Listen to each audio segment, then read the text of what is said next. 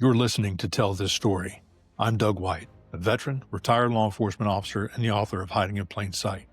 This is a platform for those who serve in our families to share their experiences and help one another grow. This isn't therapy. It's truth, the tactics, and a way forward. It's an opportunity to become stronger than before, together. This episode is fueled by Polestar Coffee, veteran-owned and operated craft roasted coffee for people who live on the X. Use code THISSTORY at checkout for 10% off your order. Now let's get to work. Welcome to Tell This Story. Today I'm joined by Mike Morgan, a retired police officer and founder and host of the Resilient Warrior Nation podcast. Mike spent more than 30 years in law enforcement from the streets of Atlanta to Suffolk County, New York, and like many of us, he carried the job home in ways he fully didn't understand at the time. After retirement, a lifetime of childhood wounds, critical incidents, and unprocessed trauma, they caught up with him. Mike battled prescription opioid addiction, depression, and full-on identity crisis. In those moments, Mike held out, and a pivotal moment launched a deep healing journey, including rehab, therapy, and plant medicine. And from all of that came the Resilient Warrior Nation, a platform that he built to give first responders, veterans, and their families honest stories and practical tools to climb out of the dark. Today, we're going to talk about the cost of the job, what almost broke him, and how he's turning those lessons learned into purpose for the rest of us who are still in the fight. Ladies and gentlemen, sit back and enjoy my conversation with the one and only Mike Morgan. Mike Morgan, how are you doing, buddy? Doug, any better, and I'd be under arrest. So that's pretty good, man. So anyway, man, I read off your bio, talked a little bit about you, but there is so much more to Mike Morgan than a few paragraphs spouted off by me. So tell the listeners who might not be aware of the Resilient Warrior Nation or Mike Morgan, who is Mike? That's a great question. I ask myself that question often. Mike, hopefully, is a good guy that does his best to help whomever he can. Mike is a guy that's suffered through life at various times, trauma starting in childhood. And furthermore, in my career, probably didn't realize it as I was going through. Just, pushed ahead and everything was my normal. I knew nothing different. And Mike finally reached, I don't know, boiling point, if you will, maybe. I don't even know if that's the correct wording, but Mike realized after watching a Sean Ryan podcast that he was suffering and he needed help. And I ended up, it's weird talking about myself in the third person, but I ended up raising my hand and asking for that help. I wasn't sure how it was going to come about, frankly. It ended up rearing its head in the form of psychedelics, and I literally changed my life over the course of a weekend. The rest of my life is going to be geared towards helping others. Number one. Secondly, and it's a very close second, is being a proponent of psychedelic therapies, because I think it's one of the greatest miracles on God's green earth. And it's my duty, I consider it my duty, to help erase the stigma that surrounds these medicines. And I think, frankly, we've been brainwashed as a society. We think that SSRIs and antidepressants are the answer, when in fact, nothing could be further from the truth. All they do is mask the pain. They never get to the root cause. It's something that, in my opinion, does more harm than good in the long term. I think there's a time and a place for them, but it's a short-term fix. Absolutely, man. Absolutely. And, for context, you were an accountant by trade initially, at least until lunch. Yeah, at lunch on my first day, I realized there was no way I'm doing this. So essentially for another, when did I leave? 21 months until I figured out what I wanted to do and got hired by my first police department, the Atlanta Police Department. I had to linger in that job, and it was horrible for me. Oh, well, accounting's not for everybody. And I'm glad you didn't stick out being an accountant. So that's good. Yeah, but Atlanta, man, that's a place. I don't even like driving through Atlanta when I have to drive. I don't like the traffic. I don't like anything about Atlanta.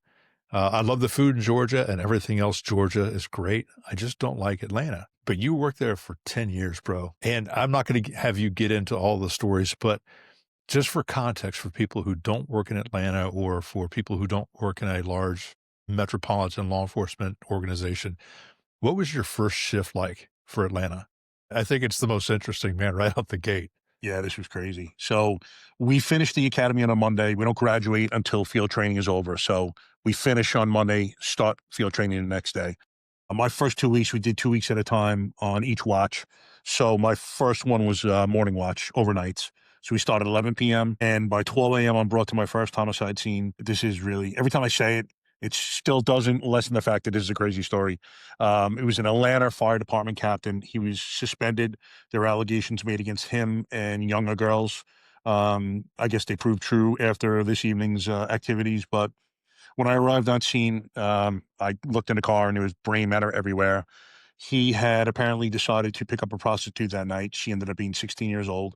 Once he picked her up, he decided he wanted to smoke crack while having sex with her. So he went over to the local dope boy. And before he can sell his crack, the dope boy looks in the car and who does he see? Small world. His 16-year-old cousin pulls out his gun, puts one on this guy's head, done. So that's literally first within the first hour. And then at about 4 a.m., my partner, my FTO, decided he had to take a nap. These guys worked 5 on, 2 off, and we worked extra jobs. So you're probably working minimum 60 to 80 hours a week. So especially morning watch guys are exhausted. So he's catching a nap. I'm kind of keeping a lookout.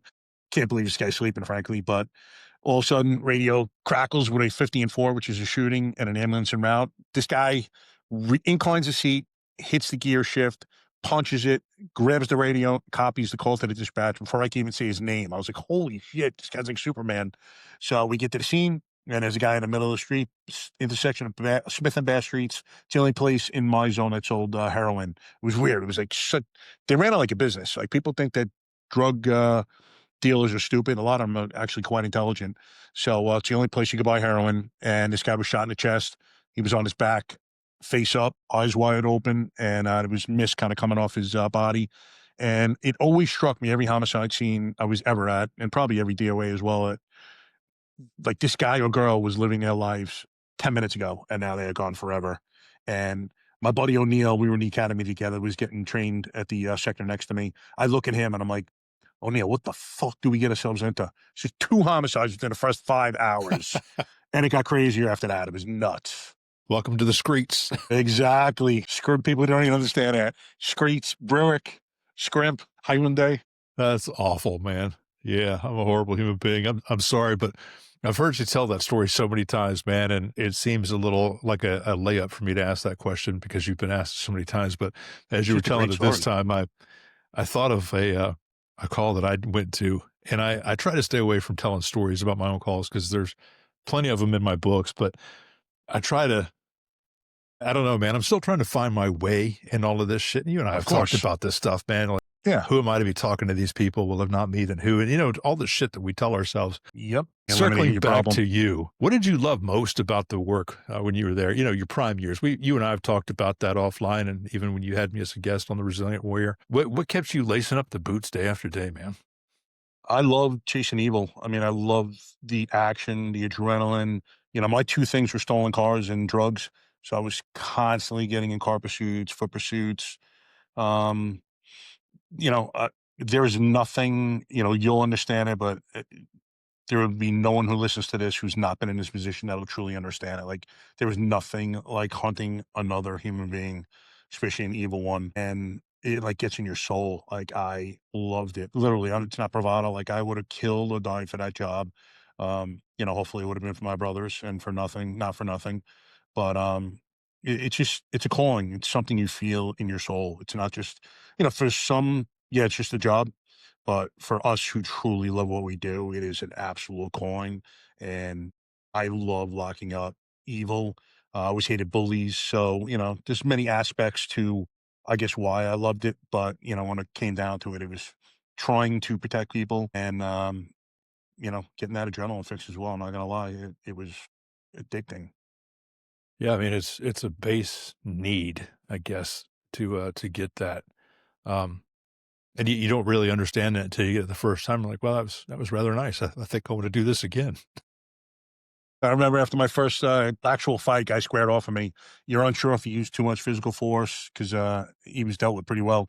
Yeah, And, it's your first time too, so you're like, your first time. Like, did I go overboard? Did I, do I didn't say wrong? get down. I'll get in trouble. Exactly. So it actually started a riot. So, like, deeper in my head now, I'm like, But we were with 2 seasoned detectives. Like, you guys did everything right. He ended up being like the #1 dope boy. That's why I started a riot. So once his nose got broken, they were going nuts. But I don't know if you heard the story. Like, the funniest part of that story was he was on federal probation. So I get a notification 2-3 months later about a revocation hearing for him.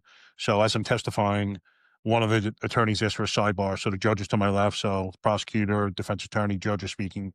I start looking around the room and he and I just lock eyes, and that was just me mugging each other. And I meant to mouth the words, but I said out I've heard loud, this. "Fuck you." And the judge just snapped to her right. I don't know how she didn't get whiplash. And I was just like, "I'm sorry, Your Honor." And I looked at the prosecutor, her mouth was just literally agape. She didn't know what to say.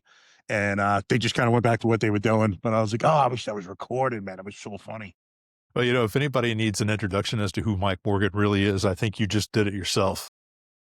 Yeah, pretty Everything you much. need to know about the guy, Mike Morgan, from The Job, you just heard it right there. That Open court encompasses tells it. the guy to fuck off. That's great. That encompasses it. That's awesome, man. For me, I really, I didn't really care about the investigative side of it. I was never in it, other than street level, never in the investigative roles. I didn't want to be a detective, didn't want to have a caseload or any of that. I loved the tactical problem solving, the Mhm. planning, the how is this going to go? How do we get in here? How do we get this guy? I always loved that stuff. But yeah, man, the adrenaline dump, the fights, the being the guy when the guy was needed. That's what it was all about, bro. That's what it Yep. was all about. Yeah. If you think back over your career, is there like a season or, a call or a season really that just sums up what it felt like for you? The good, bad, the cost. Is there like a good time? Like, hey, this was prime Mike. This is the good stuff here. Yeah, I guess this kind of like further encompasses like the type of cop I was. So during the Olympics, the Olympic Stadium was in the confines of my sector, and I was getting destroyed by car break-ins. I mean, destroyed. So I went up to one of the scalpers, and I never messed with these guys. And he's like, "What's up, New York?" I said, "Hey, brother, I forgot which one it was, but I don't know how I got that nickname." But I'm like, "Listen, I never mess with you guys, do I?" He's like, "No, you guys you never fuck with us." I'm like, "All right." I said, "I always respect you. You guys are, not slinging dope. You're out here trying to make a living. I have no problem with it." I said, "But it's illegal." He's like, "Yeah, I know." I said, "Listen, man, I'm getting killed with car break-ins." I go, "Here's my card. If you see these guys doing it, and I guarantee you're gonna, because you're out here all day, hit me up, and you guys keep doing what you're doing. I'm telling you now, if you don't, they're going to come down on me. I'm going to come down on you guys, and we're going to have to shut all the scalping down as well. I'm going to start with that." And he's like, "Nah, no sweat, man. We'll get him." So sure enough, next day, boom, phone rings. He's like, "New York, I got two in the car right now." I shoot up there, snatch both of them, get them for entering an order, which is a felony in Georgia.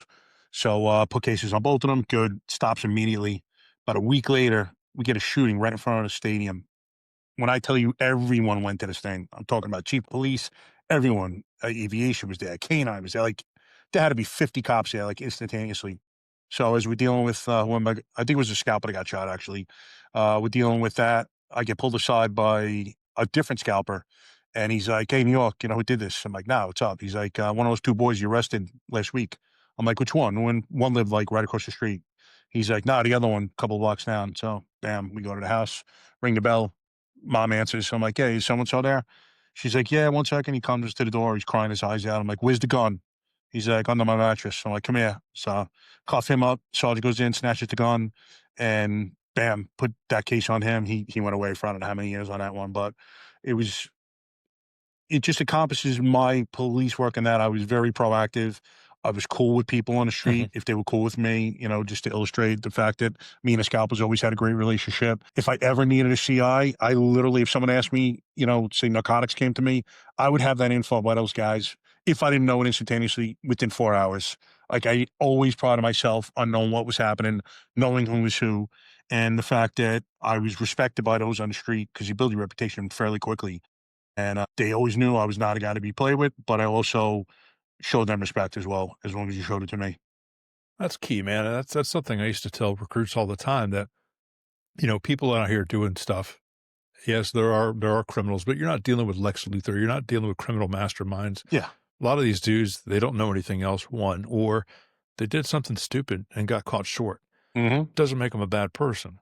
Exactly. And I found out really, really quickly, if you're going to be a dick to people, you better know how to fight because people react to the way you treat them.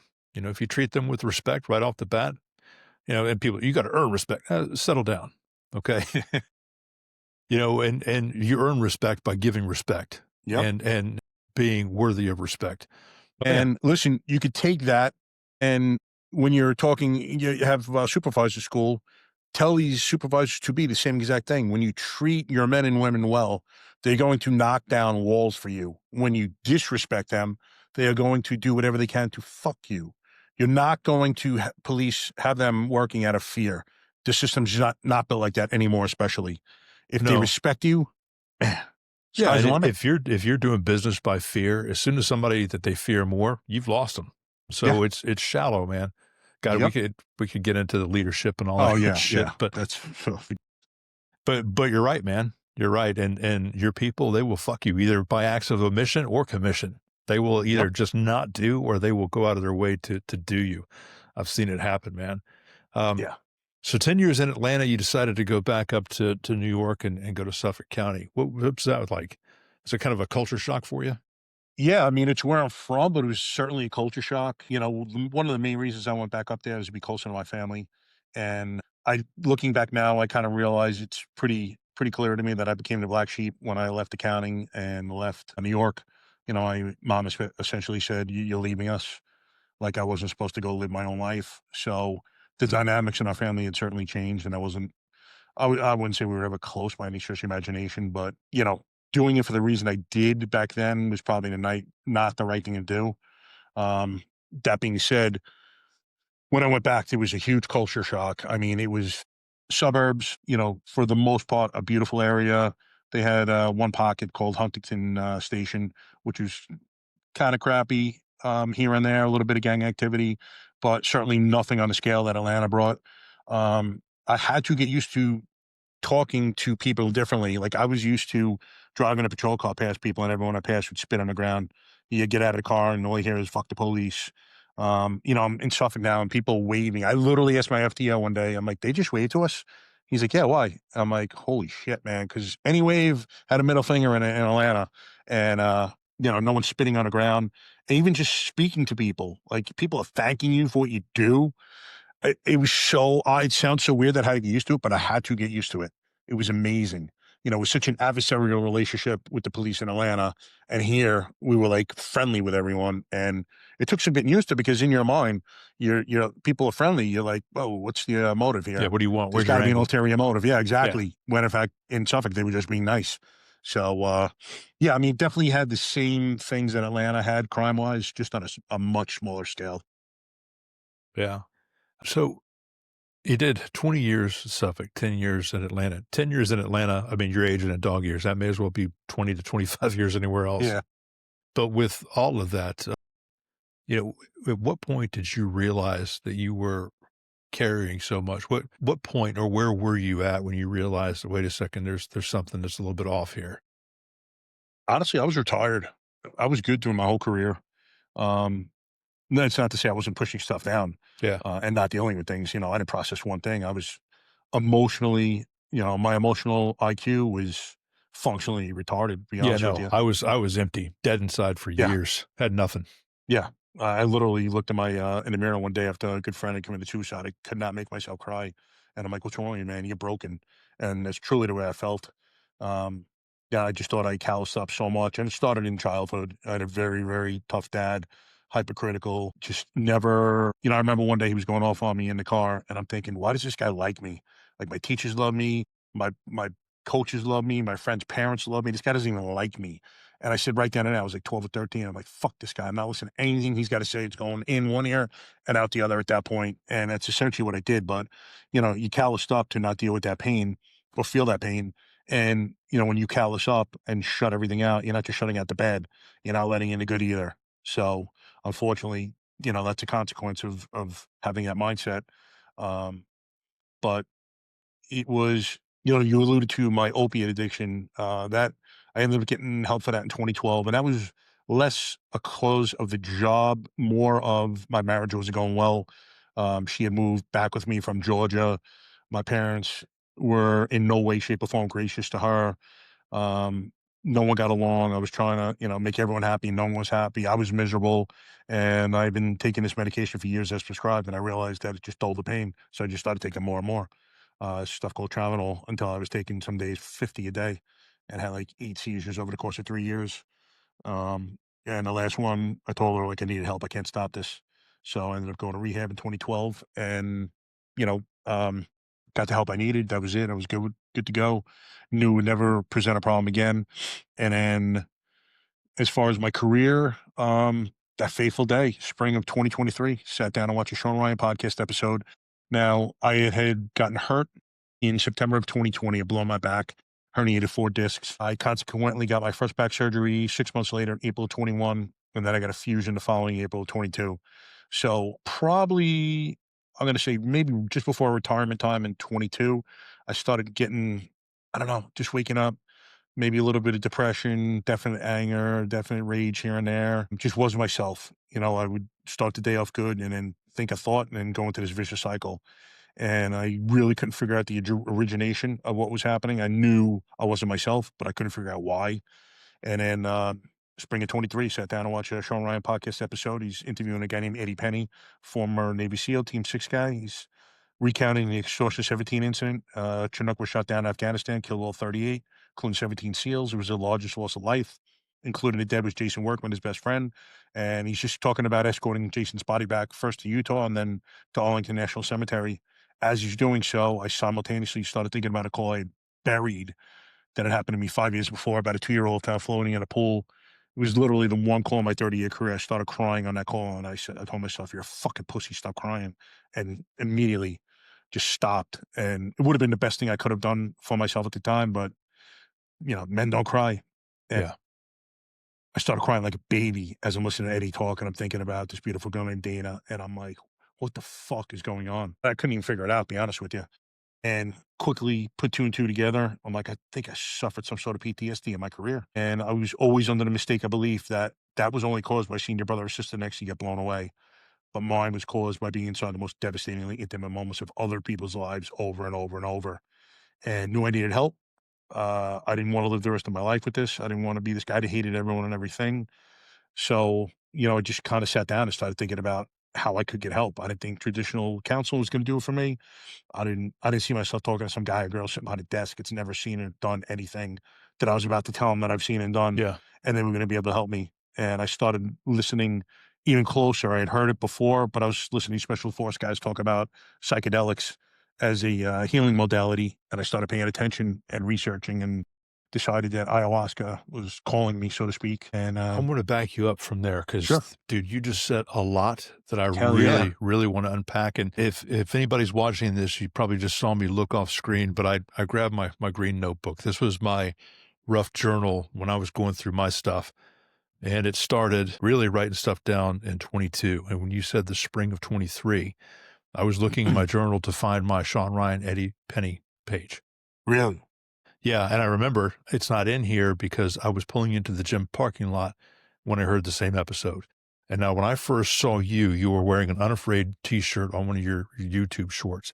And I was yeah. like, Every Unafraid. podcast Yeah, it's like, on mine, Unafraid, Eddie Penny. I know that message.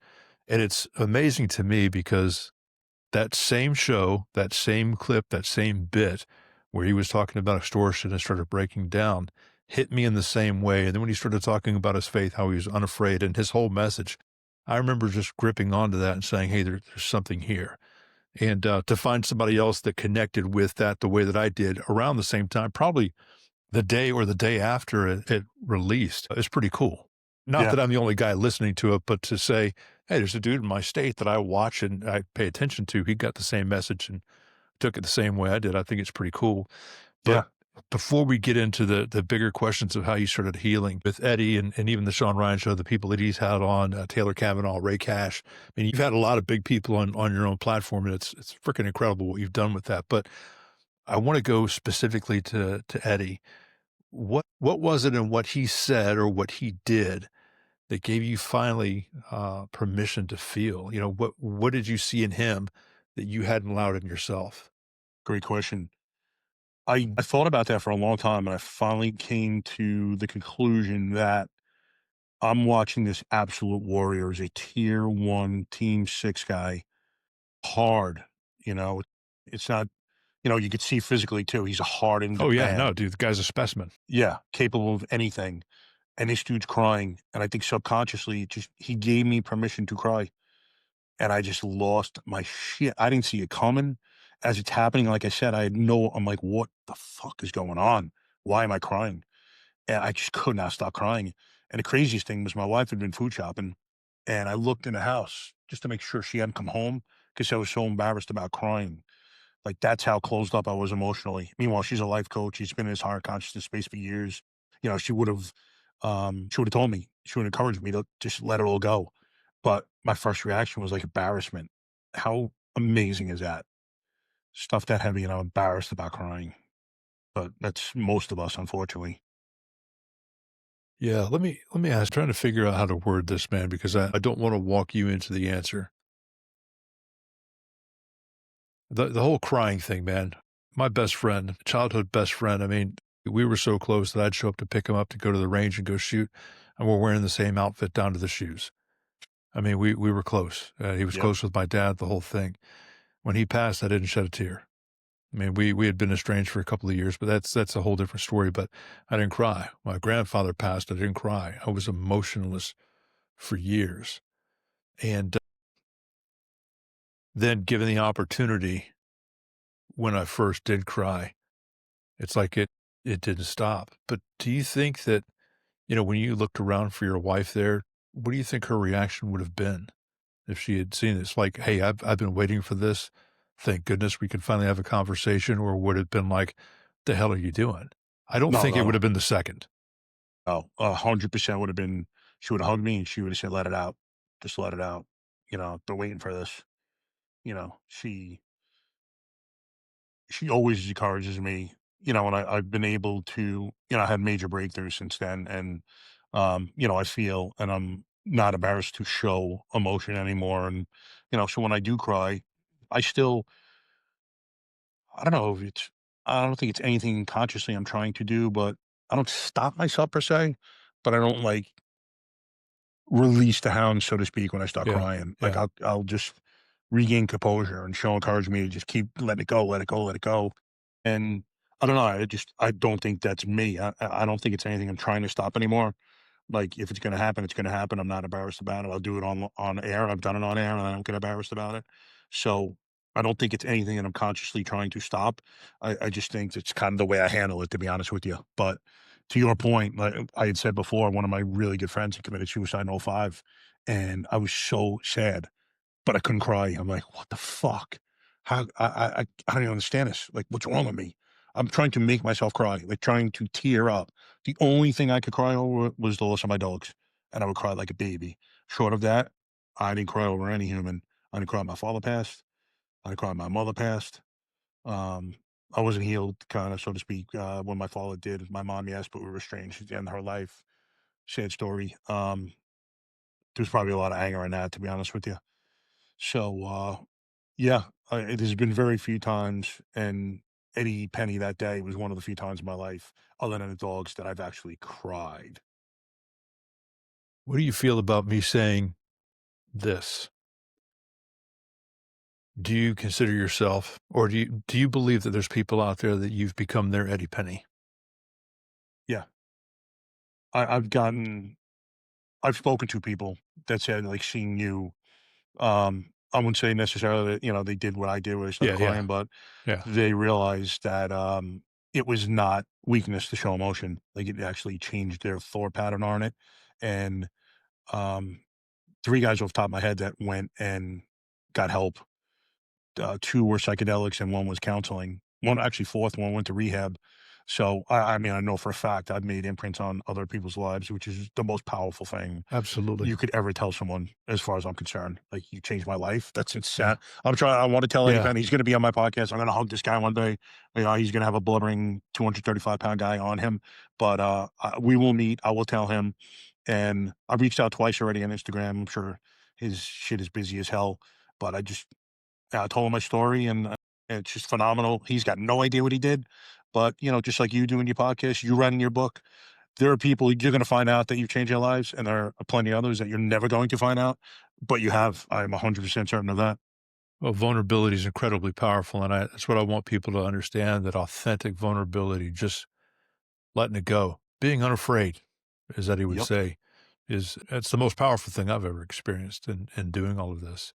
Yeah. It's the greatest gift I've received, to be honest with you, is the ability to become vulnerable. Appreciate that answer, Mike. Thank you for that. Absolutely. Before we get into plant medicine, what were some of the, if any, what were some of the concrete steps you took, like rehab or therapy or peer support?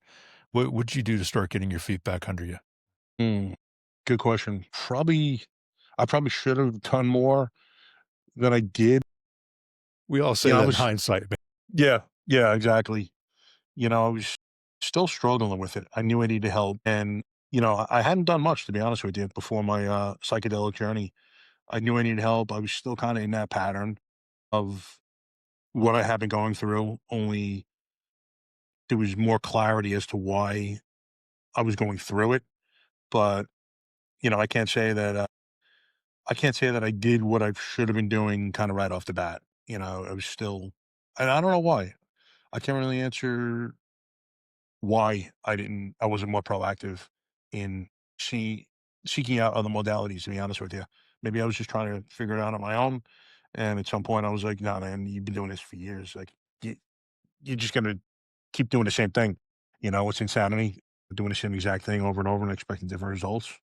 It gets to that point where finally like this is not fucking working. I cannot do this for myself.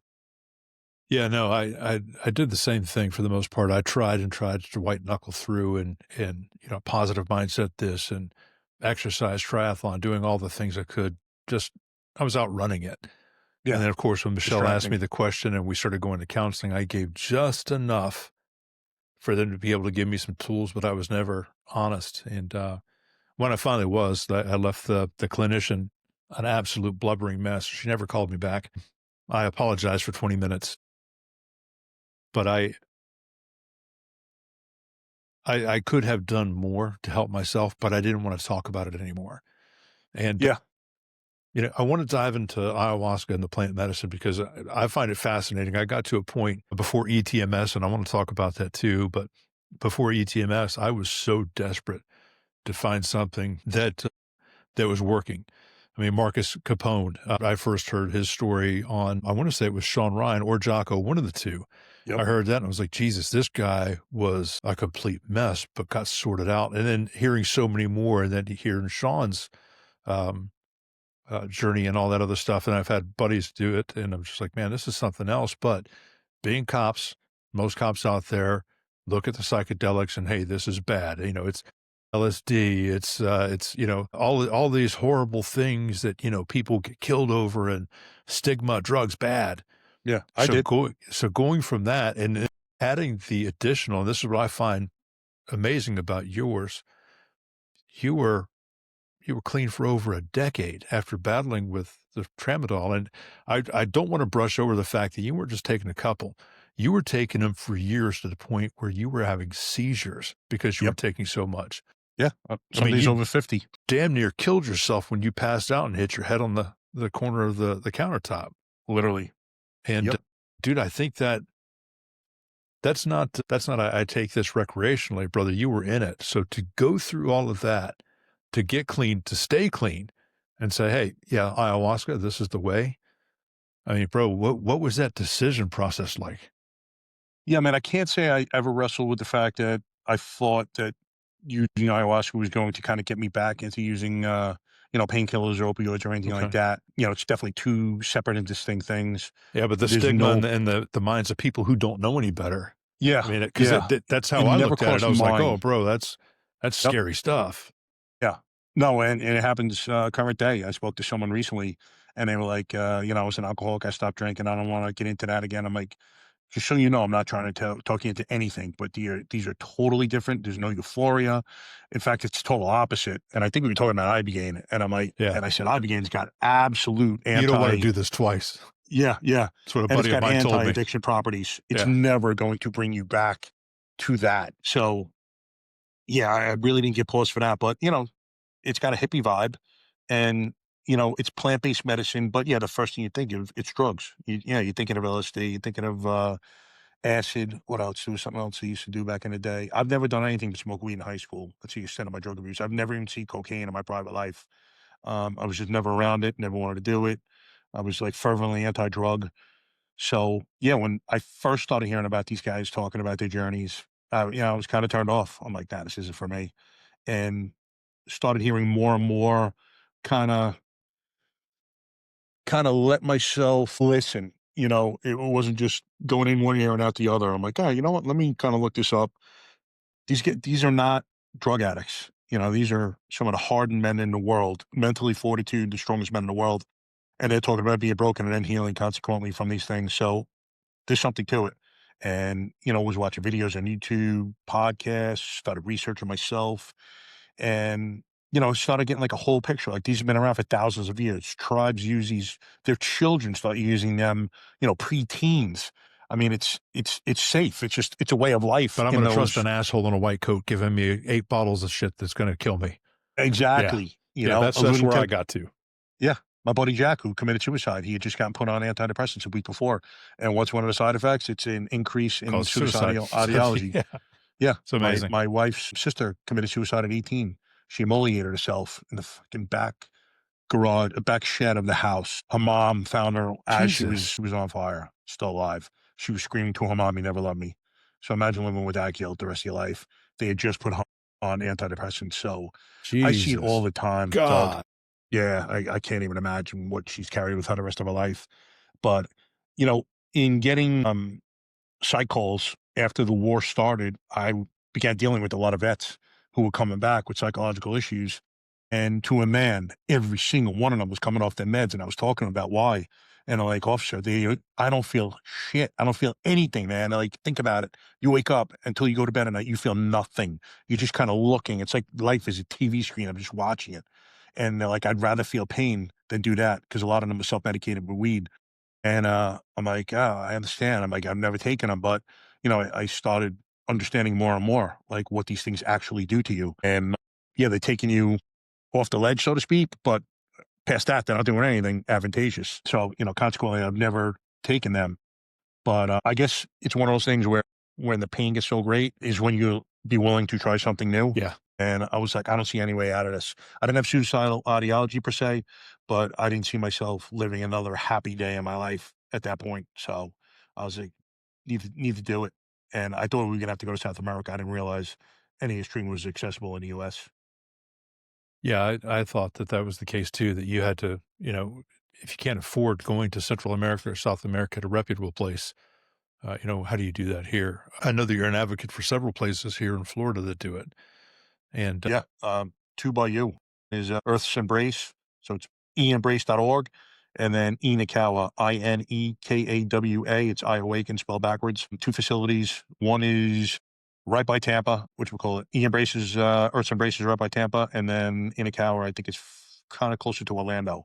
So two right there. And there's actually plenty of more that I'm familiar with now. that's awesome, man. Yeah. I want to talk about the SSRIs for a second, just from my own personal standpoint. I was on 8 different medications, and I felt nothing. In fact, I got darker after I retired than when I was working, like, it in the worst part of where I was prior to, being on all those meds. And, I think it was, all the existential things you go through when you retire, the loss of tribe and purpose and trying to figure out who you are, Yeah. that with all of the stuff that I was on, that just prior to finding ETMS treatment, I titrated off of every bit of it. And by titrated, I mean, I just quit. Don't, How was that? brother, don't do it. I'm going to tell you now, and I should have given a disclaimer. This is not medical advice. And Yeah. if I was going to give you personal advice, listen to your doctors, tell them you want to come off, because you are in charge of your own Yeah. healing and your own health. Advocate for yourself, tell them you want to come off of it, and have them tell you how to come off of that stuff safely, because, buddy, I had reduced my existence on this planet to a pension check. Like, the only reason I'm here is so my family can stay in this house. If my pension check wasn't necessary for my family to continue this lifestyle, I don't know where I would have been. I was bad for a long time. Then Really? finally came out. It took about 3 or 4 months to start shifting, and then that's when I found ETMS, where it found me, more or less. And I want to talk about that, but first, for any first responders that are listening, or veterans listening, who are curious but still cautious about that kind of, the plant medicine work, what guardrails or support structures do you think should be non-negotiable if they decide to explore something like that? Yeah, the biggest thing is integration. I think pre-integration is fantastic. So that's essentially where you'll be pretty much from most organizations doing a Zoom call, and there'll be a facilitator leading the call. And, you're just speaking about all things. In this case, if it's ayahuasca or ibogaine, and you're going to be talking about, people open up. It's amazing when you get together with people in these environments, they will open up and tell you the deepest, darkest secrets. And man, there are some painful, profound things that have happened to people during the course of their life. And one thing it does, I guarantee you, it'll get you feeling better about your life, even a little bit, because man, it is incredible the amount of abuse, especially sexual, towards men. That blows my mind. They say 20% of men have been and boys have been sexually abused. I say at least double that number, and I can't even imagine for females. But you discuss like what kind of brought you here, what to expect in a retreat, how to integrate that post, um, post journey.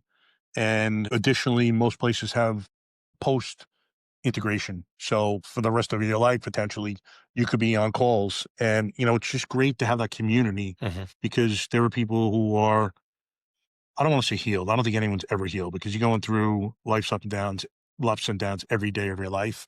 But there are people who kind of have come out the other side. There are people going through it right now. There are people who've kind of yet to enter that portal. So it's great that everyone can kind of look at other people and you can identify with everyone's pain. I mean, that's a common thread. And you're going to hopefully you get inspired and get hope and realize that if Doug can heal, then Mike can heal, then she can heal and he can heal. Like there's nothing different about any of us. But yeah, you got to raise your hand and ask for help because no one's coming to you and throwing you over the shoulder and taking Yeah. you out of your house. It's just not happening. But integration's a huge part. There were so many modalities. Journaling, staying physically fit or physically active is huge. Good eating plan, just that in and of itself. Sleep is a huge Yeah. Yeah. Yeah. problem. Huge. You fix your diet, fitness, and sleep. I would say, from my experience, 95% of the crap that's bothering you will get cleaned up and is more Yeah. manageable if you just do those three things. Exactly. Sleeping probably the first and foremost because First, you're gonna yeah, have sleep and you sleeping have is first, nothing, man. you But if know? you're eating like shit and you're not exercising, your sleep is going to be shit too. Everything is all interconnected, man. And Yep. the mind and the body it's the same It's string, one. bro. Yeah. It's the same Yeah. thing. It really is, and your mind knows if you're not treating your body well too. It sounds Yeah. weird. It's almost like you're two separate entities, but when you're putting in that positive energy, it's you're creating, it's almost like if you would have someone who lived in the mountains and they had to go into town and they use their cross country skis and they're creating this trail, and eventually the trail is going to ice up, so you're not going to be able to go in and out of it. If that's negative, then you're going to stay in that trail. If you created a positive one, then you're going to stay in that one. Mindset, perspective, and gratitude is everything. When I'm going through it, and I still go through it this day, my first go-to is thinking about what I have and not lamenting the fact that I don't have this or I don't have that. Things are going to happen to us every day. How you react is going to dictate how your life is lived, Yeah. frankly. Yeah. It's the things we tell ourselves. And Yeah, you and I have had conversations about that, telling ourselves the same old story. And that dude that's telling you that shit, he's just got old information. exactly. So, You yeah, know, man. and That's self-love is number one too. The way you absolutely. talk to Yep. yourself like shit, that's what you got to think of yourself. That's one thing I definitely changed about myself. So no longer like you stupid motherfuckers. Like, brother, you didn't get it this time. Let's hit it again. Yeah. You Time to go know? to the gym, fat ass. Yeah. Whoa, whoa, whoa. Wait a second. I just, Ex- I just hit the snooze button. We're going to attack myself first thing in the morning. exactly. I actually had it on my alarm. I named the alarm, get up, fat ass. Anyway, That's so great. ETMS, man, how did you find ETMS and what was the process for you and how is that going? Or how did it go? Yeah, I have one more treatment. So I found it through you when you were on my podcast. This You was had not brought a it up. plug, by the way, for you to say you found it through me. So Exactly. Sure, it's not. no, it Watch Doug wasn't. like all of a sudden he pulls up an ETMS shirt and from our sponsor. So yeah, I had no idea it existed. And I had no idea, obviously, the program in Florida existed until you were on my podcast. And then I researched it further. At the time, it wasn't covered by was covered for someone who was not a police officer in the state of Florida. They've since changed that. So it's applicable to active or retired police or veterans who now reside in the state of Florida. So you could have policed or served anywhere in the world, so to speak, as long as you're a resident of Florida. you're good to go. Treatment consists of 20 treatments. It's essentially about 20 minutes a day. And you go in, they put a machine, you lay it on in a recliner, they put a machine kind of on your head, and magnetic pulses are sent to your brain that are designed to kind of open up, I guess, neural pathways that are closed. Like I did an EEG. So you do an EEG prior to your first, after your 10th, and after your 20th. And I guess mine was not showing that much activity in the frontal lobe, which is typical of dummies, number one. No, Secondly, no, that you said that. first responders and vets that have experienced, a lot of stressful situations in their life. So they're like, our goal is to create more activity in the front of your brain. And, tomorrow is my last treatment. What I've seen so far, I cannot say that my results have been as dramatic as yours. I take an edible to sleep. I tried after the third treatment to not take it, but I was unable to fall asleep. So I'm actually tonight going to start kicking it back. I'm going to cut it in half. So I'll go down to 10 milligrams. And then my goal is to come off it. I've definitely been sleeping tighter. 2 nights ago, I slept through the night. I have a enlarged prostate, so I usually have to go to the bathroom twice a night. It was the first night in years that I didn't have to get up. So I don't know if it was due to the better sleep or whatever, something was going on. But it blew my mind. So hopefully that's going to continue. Um, Kind of going through this thing with the dog right now, so I've been a little sad, Yeah, but yeah. really, I think I'm like, it feels like the fog has lifted a little bit. So that was another huge thing that I was trying to accomplish if it did, because I know I did damage cognitively with that opioid addiction. I used to be so fast, man, quick wit, and I'm like a second or two behind now. So a joke comes up in my head by the time now it pops up. Tommy's already gone. I'm like, son of a bitch, I was going through. So I'm hoping to get that back. That'd be like the greatest thing for me, greatest gift. That was one of the things that I found. Before ETMS, I'd have to read like I'm reading a book. And that's why I actually started tabbing pages and highlighting and writing notes and doing the stuff that I do to books now. It's book authors probably hate it because I turned their books into coloring books with colorful tags sticking out the side, but I couldn't remember what I just read in the last paragraph. So I'd have to read the same page 2 and 3 times, and it was maddening. I don't have to do that anymore. And the good news is, even though it's not supposed to do that, it does do that. And it's not the intent of it, but it does do that. And Yeah. I found that the effects get better and better and better the further away you get from the treatment. Really? And one of the things through ETMS Florida and ETMS Ohio and ETMS who does this program for the states. There's several states now in the country that offer this program for free. You can do a touch up within a year. You can go back and say, hey, let's top this thing off. Let's do it again. They'll go through Really? the same. Oh yeah. Yeah. You can go back within a year and go through the whole process again. In my first EEG, the doctor, she looked at it. She goes, well, you've been hit in the head a lot. And I said, well, not that I've never been punched in the head, but car crashes, blast over pressure, firing guns, open field tackles on bad guys. Yeah, I've had my eggs scrambled quite a bit. And Yeah. she was able to see that. So ETMS is great, especially with the program in Florida. If you're listening, it is like I was patient number 1 in Tampa. They opened up the Really? doors. Yeah, they were still putting the desks together when I walked in the first morning. So it was really cool. So like I would be Tampa 01. Okay. So yeah, I walk in and they get all my information. They prove who I am, whether it's a 214 or retired ID, active ID, whatever it is. They write that information in there just to prove to the people that give the money, hey, this person is good to go. And from that point on, I am patient Tampa 01 or whatever the numbering system is. It's never reported to the VA. It's never reported to my doctors. It's never reported to my agency, my insurance company, nothing. And even if it was, they would show that Tampa 01 got treated today for 15 minutes. So it is free. It is anonymous. It's a gift, really, is what it is. Yeah, it is. And I think one of the better things about it is there's no drugs, non-invasive. It is not harmful. It has been around for decades, and they are actually looking to treat other stuff, other brain issues, seizures being one of them.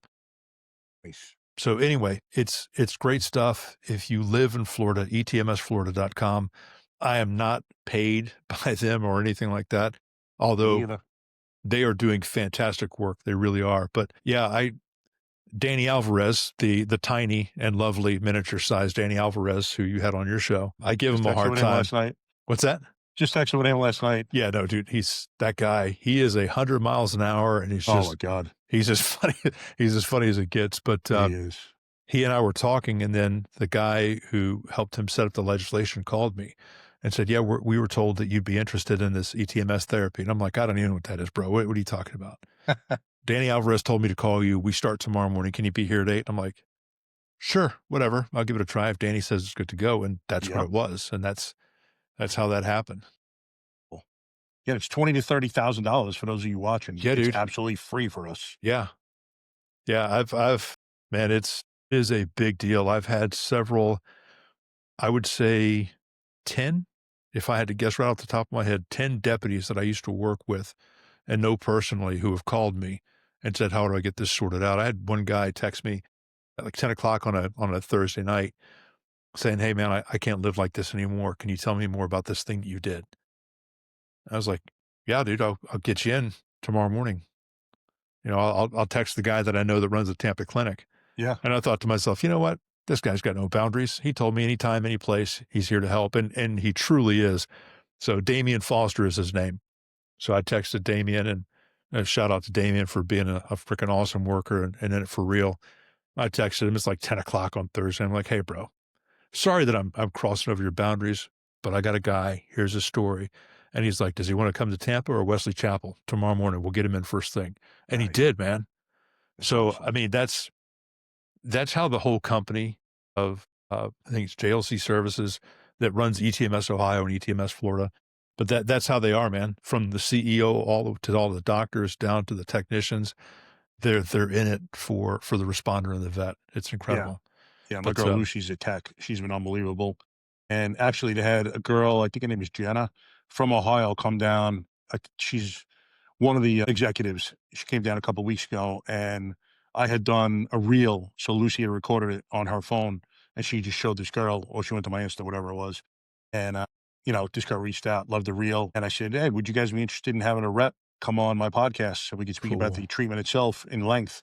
And she's like, "Yeah, absolutely. Tell me what you need." So, just not much. Just hit her back last week. So hopefully I'll hear something soon. But, I didn't realize it's actually used in the civilian world to treat depression for the most part and actually cover it. I think you have to show that you've gone through, if I'm not mistaken, it's either 2 or 4 medicine regimens that didn't work before they'll pay.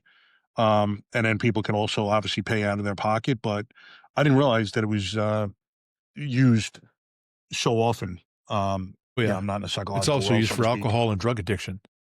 Yeah, that's right, And you it's mentioned it's that. incredible the numbers that they were showing with this in Ohio. That's how it's like written in their state budget to That's fund phenomenal. for addiction centers. It's the same company, man. Dude, they're doing incredible stuff.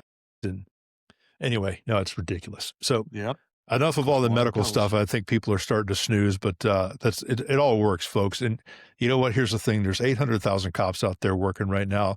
There's 800,000 different combinations of modalities that are going to work for you, that won't work for you. Find out what works for you. Do your research and get after it, folks, because the help is there. Whether it's paid for by insurance or there's some type of grant someplace, get help, man. It takes the want to get it.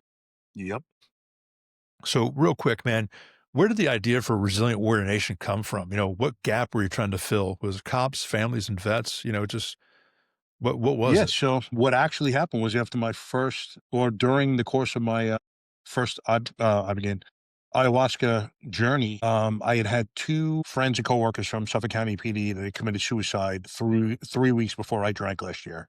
So they committed suicide in, February of 24, and as I'm coming out of that first journey, the universe and I were having a talk as clearly as you and I are talking. I know it sounds weird, but the universe said, "You're healed." And, again, as I said, I'm not healed. It's just for the PTSD, all intents and purposes, it was telling me it had healed me at that point, and said, "Your life's pursuit is to go forth and help other first responders and vets heal theirs." I literally said, "Okay," out loud. Wasn't sure how I was going to implement it in any way, shape, or form. But one thing I decided to do was do for others what Sean Ryan's podcast had done for me. So I bring on ordinary people who've done extraordinary things to their lives, talk about the highest of highs, lowest of lows, in the hopes that men and women who are going through it can identify with them, can get inspiration and hope, realize that they can heal just like we have. There's nothing special about us. And, I was trying to come up with a name to kind of, I don't know, I guess number one, describe myself and really describe anyone that's trying to heal themselves or better themselves, for lack of a better word. And, I think that anyone that's fallen down that just keeps getting up and wants to make themselves better, in this case, heal themselves and you know, yeah, make yourselves even better than you were before. I don't even want to say get back to what you used to be. That's a resiliency. It's not necessarily just first responders or vets. It's anyone. It's Yeah. applicable to anyone in life. Yeah. And we all get knocked down. I love that speech Sylvester Stallone does in Rocky Balboa, where he's telling his kid nothing hits harder than life. Doesn't matter what you look like, how much money you have, how funny you are, who you know, like everyone is getting hit in the face with those punches. And do you get up? Or you just gonna sit down like a little bitch and let life kick the shit out of you over and over. If you get up, then you're resilient. That's end of story to me. Just one foot in front of the other. You don't have to solve it that day. Just keep moving forward. That's it, man. Being a victim is easy. You don't Yeah. have to take responsibility for anything. And, like I said a couple of months ago, you could be a victim once. After that, you're a fucking volunteer. I was just gonna say there are no victims, only That's it. volunteers. That's it. Yep. But, bro, I'm so impressed with what you've done, what you're doing, just who Mike Morgan is just the guy Morgs. You're the dude. I think it's awesome. And I think it's great that you're branching out from the podcast and the YouTube and, hanging out with the backwards hat and the freaking tank top, which by the way, I'm wearing a long sleeve shirt because I don't dare try to compare shoulders with you. Uh, But that's great. I got to ask, man, is there any other medium that you're trying to branch out into to get your message out? And by the way, Yeah, spoiler alert, I know the answer to this, but I want you he to say it. does. He does. But he knows everything about me actually. I read your book, which was fantastic. Again, this is And not a plug, bro. Just say what you're doing. so, I'd seen you and others kind of get into the public speaking arena, and not that I really thought I had anything worthy enough to put in a book for people to read, but I was like, you know what, man, this seems to be, it gives people instant credibility, whether right or wrong. Some people it's wrong, and it gives you what seems like keys to start your public speaking journey. And I'm like, you know what, let me write one, just kind of talk about my stuff. It ended up being a little bit different than I thought it would. There was a lot of focus on my childhood, more so than I thought before I started writing the book, to be honest with you. I never realized how much of an effect, it sounds stupid and naive to say, that my childhood had on the remainder of my life and, continues to do so till this day. Um, I always thought the way I grew up was normal. And I say that in that my father, again, was like one of the most hypercritical guys I ever met. He's definitely verbally abusive, but still to this day, I almost feel like a punk sometimes when I say that. Like, I don't know. I hate to say it, but I feel like I sound like a bitch sometimes when it was not normal the way I grew up and the way he spoke to me and the way he treated me. And I could, people say he did the best he could, but if it lasted during my childhood and he was trying to raise a disciplined, tougher kid who could handle things, cool. But it was the entirety of my life. Like we never sat down and had a conversation ever. It was him always telling me what to do or him being critical. I did not like him as a man. And it so I don't know. In some respects, I don't give him that grace that it was the best he could do because I think he was smarter than that. Maybe it was all he was capable of doing, but I don't know. I don't know what the answer to that is, to be honest with you.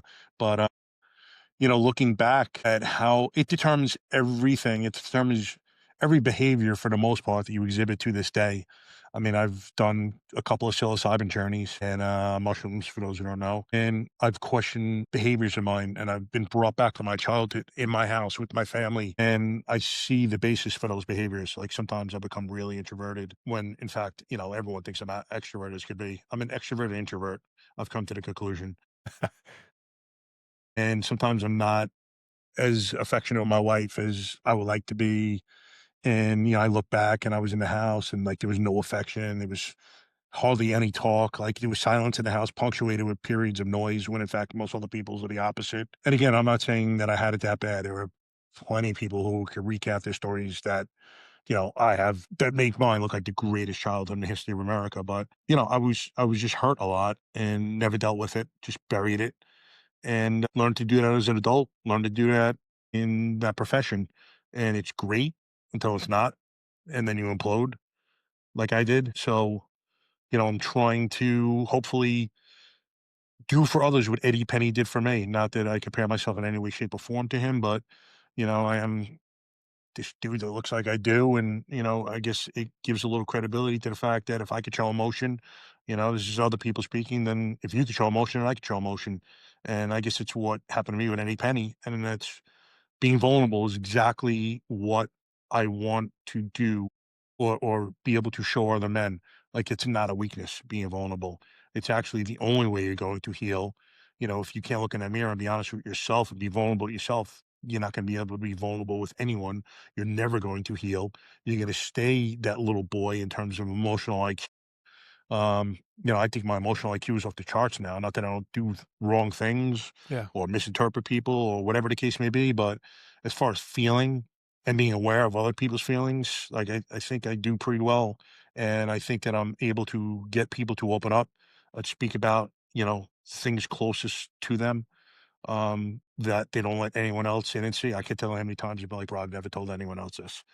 Um, and I love the fact that people feel like they can open up to me. Like to me, that shows that I have a lot of compassion, and I have empathy. And it's what I actually things that I asked for in my first ayahuasca journey. I asked Mother Ayahuasca to, and I was crying, man. I'm like, I want to be a more empathetic, sympathetic man. I want to have more love in my heart.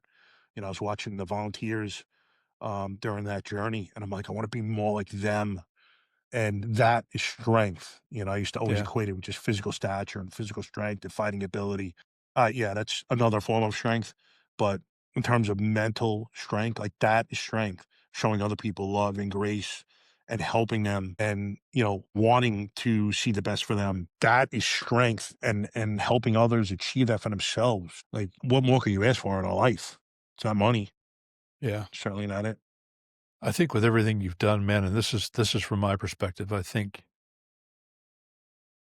for everything that you've done and everything that you're doing, I think you've shown people that you're worthy of trust.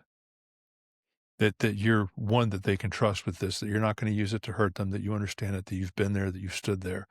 And I think that's awesome, man. And, I usually end lately, season 3, I've been asking people if they could give one piece of advice to younger officers or firefighters, what would it be? But I've got a better question for you.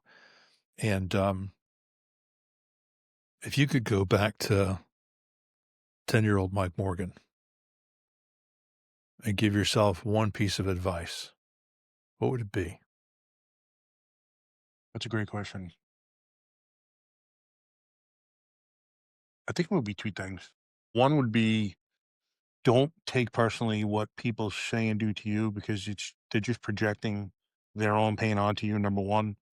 And number two, most importantly, would be the need to be vulnerable through life so that I could express how I was feeling and ask for things that maybe I didn't think I was getting, or if I thought I was being mistreated, express that.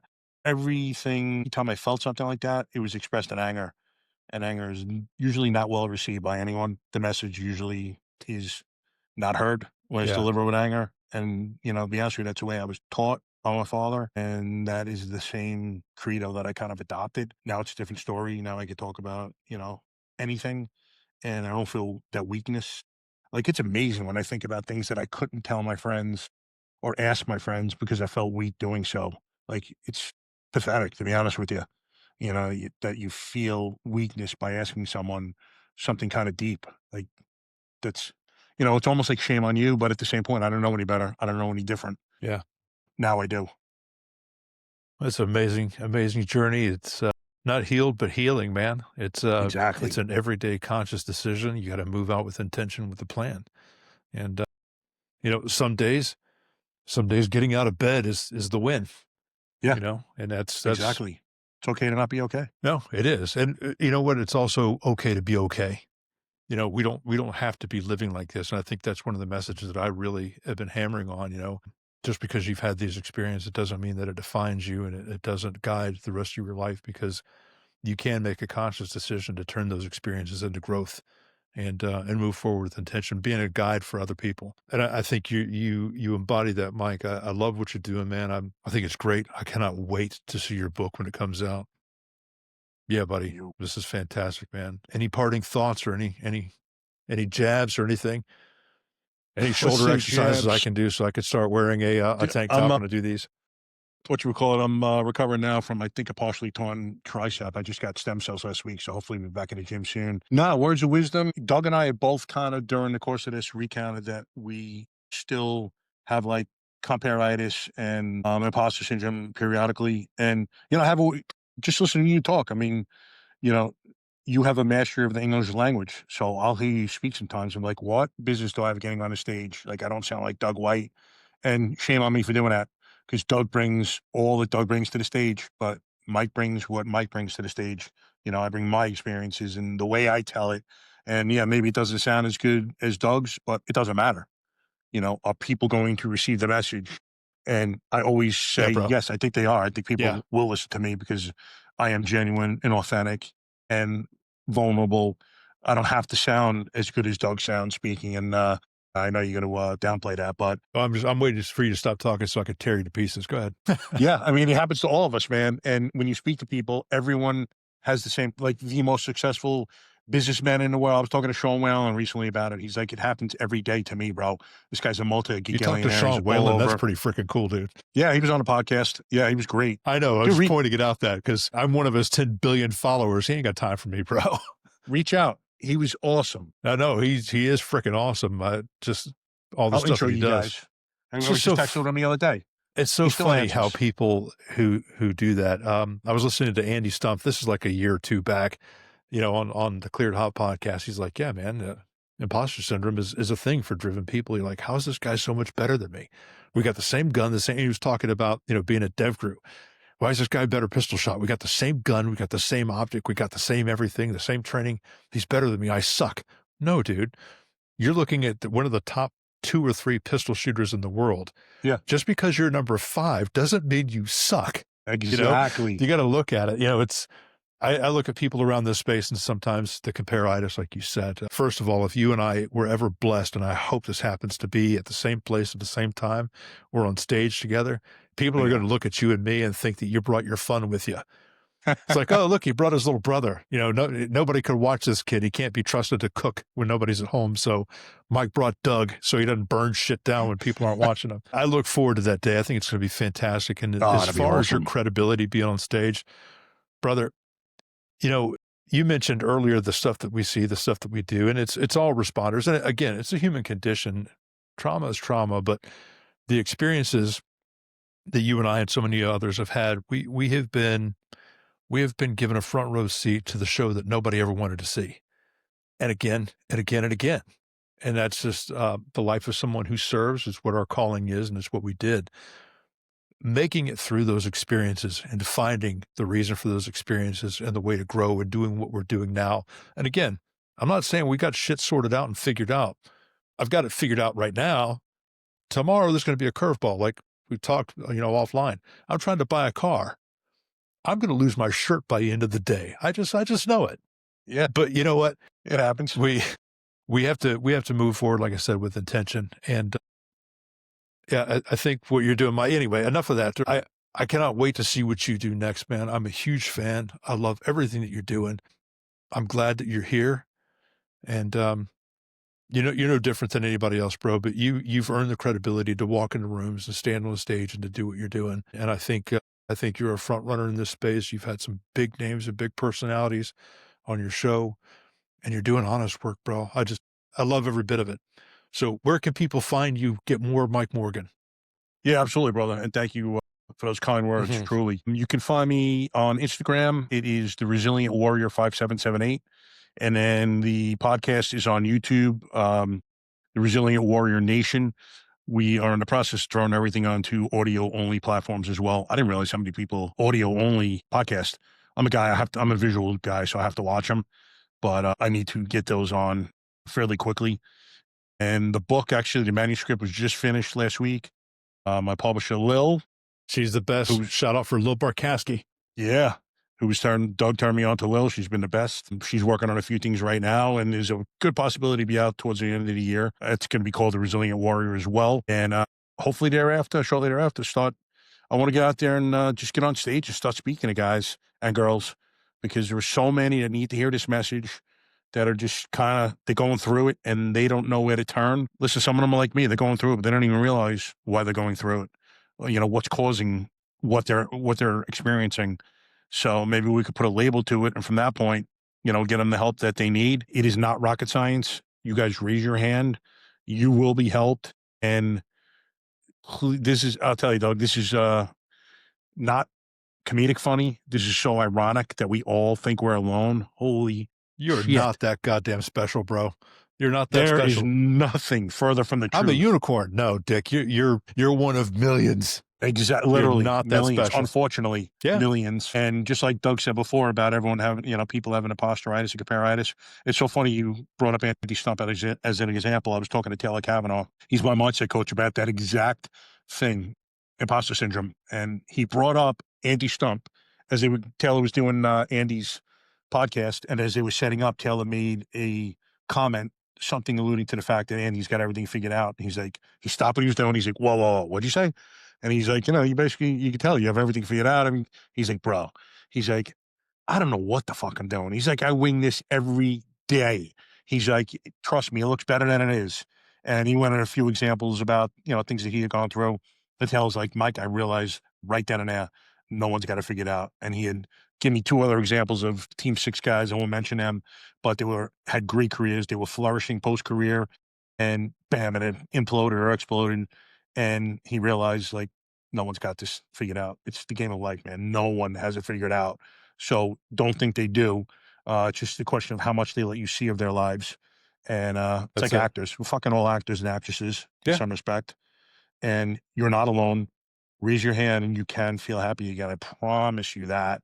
It's not going to be all sunshine and rainbows every day, but you can wake up thinking that life is beautiful. So, absolutely. Yeah. And there's no requisite number of traumas. You didn't have to have adverse childhood experiences. You didn't need to have sexual trauma or any of that stuff, man. Trauma is trauma. And the barrier to entry is raising your hand. I want help. That's it. Yeah. That's it. Hard stop. Yeah. We do that too. Yeah. No, we do. Yeah. Anyway, exactly. All the show notes are going to be there. Mike, thank you so much, brother, for taking time to talk with me again, man. I love every time I get a text or a voice message because, well, you don't like texting. So I get these 2 and 3 minute voice messages that you send me. I got to figure out how to do that shit because it's so much easier. But I appreciate our time together, brother. I appreciate what you're doing. Again, all the links are going to be in the show notes. That's great. Everybody, thanks for tuning in to tell this story and sharing some time with me and Morgs. I appreciate you, and we'll catch you next time. Be safe. Thank you. That's going to wrap it up for this episode of Tell This Story. Thank you for staying in the fight. If you enjoyed this episode, share it with one person who needs it. Check out the show notes for our guest contact information and all their socials. Follow Tell This Story on the platform of your choice. Hit like and subscribe. Every rating helps get our voices to the people who need it most. Get your copy of my book, Hiding in Plain Sight, The Truth About Trauma, Service, and the Way Forward. It's now available on Audible, and you can get it anywhere you get your books. Tap into more information about this platform or resources for vets, responders, and their families at DougWhiteOfficial.com. We'll see you next time.